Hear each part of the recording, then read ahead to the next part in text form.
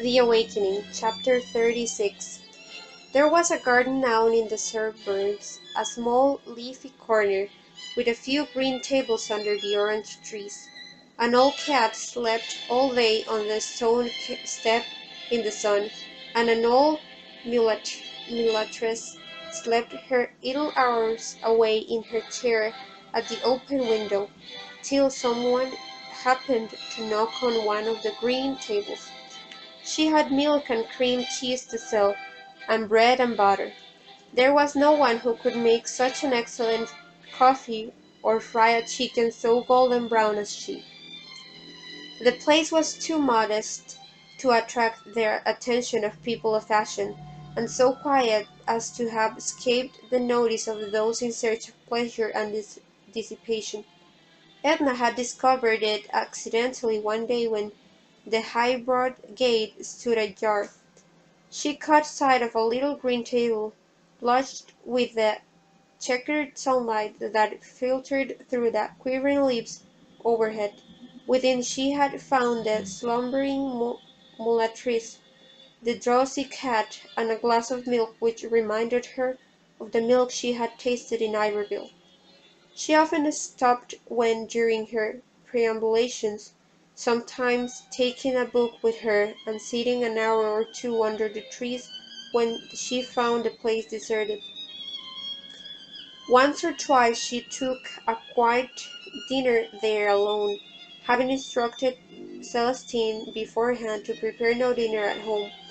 It was the last place in the city where she would have expected to meet any one she knew.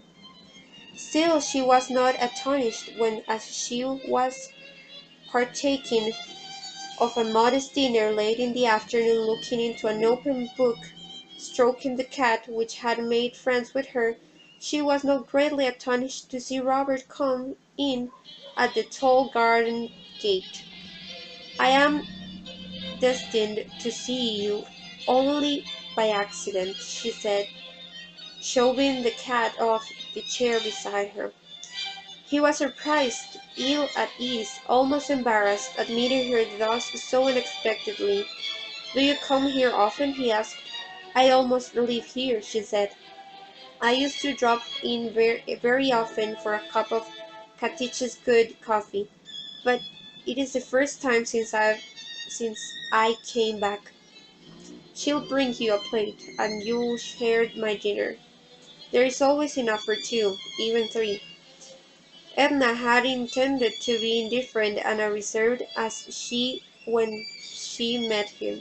She had reached the determination by a laborious train of reasoning, incident to one of her despondent moods. But her resolve melted when she saw him before her, seated there beside her in the little garden as if a designing Providence had led him into her path. "Why have you kept away from me, Robert?" she asked, closing the book that lay open upon the table. "Why are you so personal, Mrs. Pontellier? Why do you force me to idiotic subterfuges?" he exclaimed with sudden warmth. "I suppose there is no use telling you I've been very busy, or that I've been sick, or that I've been to see you and not found you at home. Please let me off with any one of these excuses." "You are the embodiment of selfishness," she said.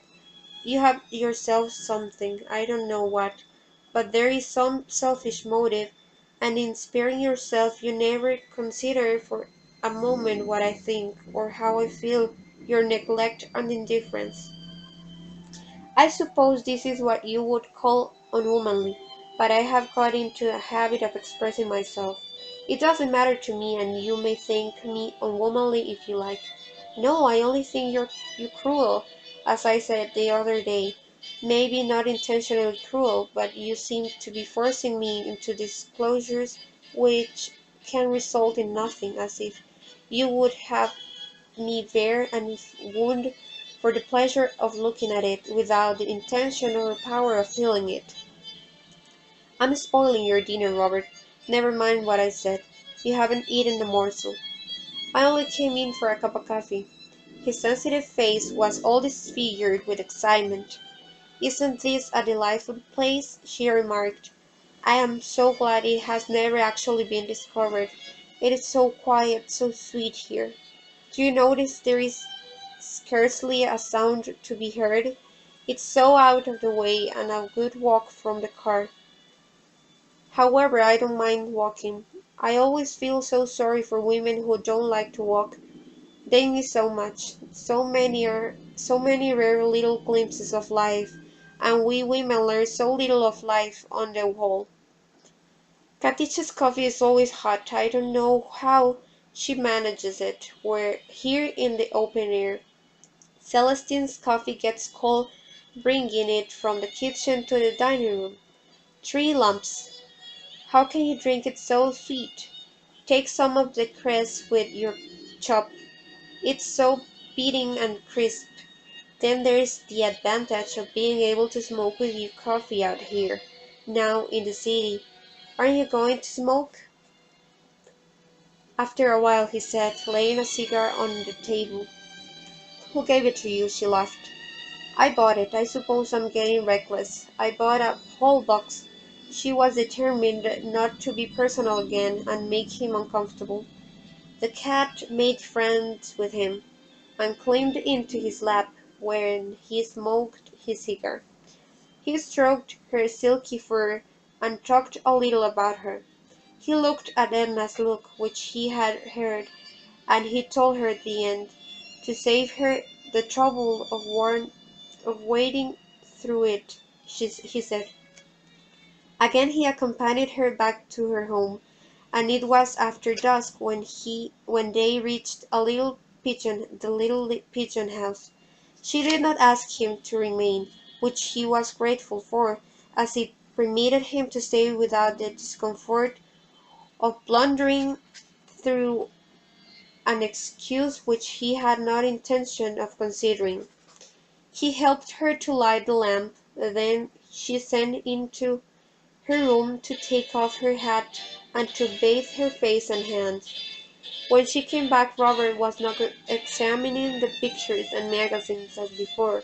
He sat up in the shadow, leaning his head back on the chair as if in the reverie. Emma lingered a moment beside the table, arranging the books there. Then she went across the room to where he sat. She bent over the arm of his chair and called his name. "Robert," she said, "are you asleep?" "No," he answered, looking up at her. She leaned over and kissed him. A soft, cool, delicate kiss, whose voluptuous sting penetrated his whole being. Then she moved away from him. He followed and took her in his arms, just holding her close to him.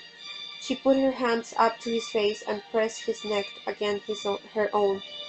The action was full of love and tenderness. He sought her lips again. Then he drew her down upon the sofa beside him and held her hand in both of his. "Now you know," he said. "Now you know what I've been fighting against since last summer at Grand Isle. What drove me away and drove me back again." "Why have you been fighting against it?" she asked. Her face glowed with soft lights. "Why? Because you were not free. You were Leon Pontellier's wife. I couldn't help loving you if you were 10 times his wife, but so long as I went away from you and kept away I could help telling you so." She put her free hand up to his shoulder, and then again his cheek, rubbing it softly. He kissed her again. His face was warm and flushed. "There in Mexico I was thinking of you all the time and longing for you." "But not writing to me," she interrupted. "Something put into my head that you cared for me, and I lost my senses.